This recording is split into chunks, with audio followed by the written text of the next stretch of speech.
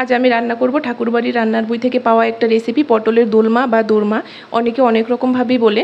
তো তার জন্য প্রথমে আমি পটলের উপরের খোসাটা চেঁচে নিয়েছি আর ভিতরের অংশটা বের করে আলাদা করে রেখেছি, কারণ পরে আবার আমার ভিতরের পুরটা বানানোর সময় সেগুলো কাজে লাগবে।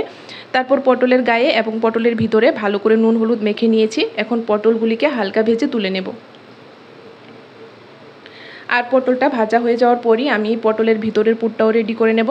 আর পটলের ভিতরের পুরটা চিংড়ি মাছ বা যে কোনো মাছ কাটা ছাড়িয়েও দেওয়া যায়, তো আমি আজকে মাছ ছাড়াই করব, মানে নারকেল দিয়ে করব। তারপর পটল ভাজা হয়ে গেছে, এখন পটলটা তুলে নিয়েছি। তারপর তেলের মধ্যে আমি দিয়েছি পেঁয়াজ কুচি, পেঁয়াজটা তাড়াতাড়ি ভাজা হয়ে যাওয়ার জন্য এর মধ্যে দিয়েছি অল্প একটু লবণ। তারপর এর মধ্যে আমি পটলের ভিতরের যে অংশগুলি বের করে রেখেছিলাম সেগুলো দিয়ে আর কিছুটা কাঁচা লঙ্কা কুচি দিয়ে কিছুক্ষণ তেলে ভেজে নেব। তারপর এর মধ্যে দিয়েছি আমি নারকেল বাটা।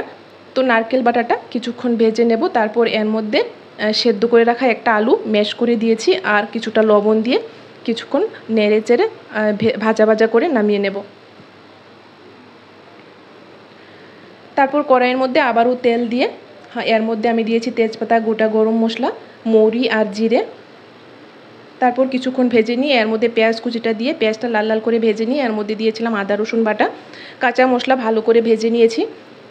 এখন এর মধ্যে দিয়ে দিয়েছি ধনে গুঁড়ো, হলুদ গুঁড়ো আর লবণ। তারপর কিছুক্ষণ নেড়ে চেড়ে এর মধ্যে টমেটো কুচিটা দিয়ে দেব, ভালো করে ভেজে নেব যতক্ষণ না অবধি টমেটো গলে যায়। তারপর কিছুটা কাঁচা লঙ্কা কুচিও দিয়ে দিয়েছিলাম। তারপর টমেটো গলে যাওয়ার পর এর মধ্যে আমি দিয়েছি নারকেল আর পোস্ত বাটা, আর বাটিটা ধুয়ে অল্প করে একটু জল দিয়েছি।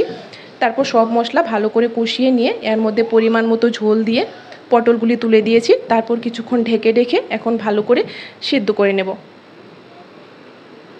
তারপর নামানোর আগে উপর থেকে একটু কাসুরি মেথি, চিনি আর 1 চামচ ঘি ছড়িয়ে দিয়ে নামিয়ে নেব।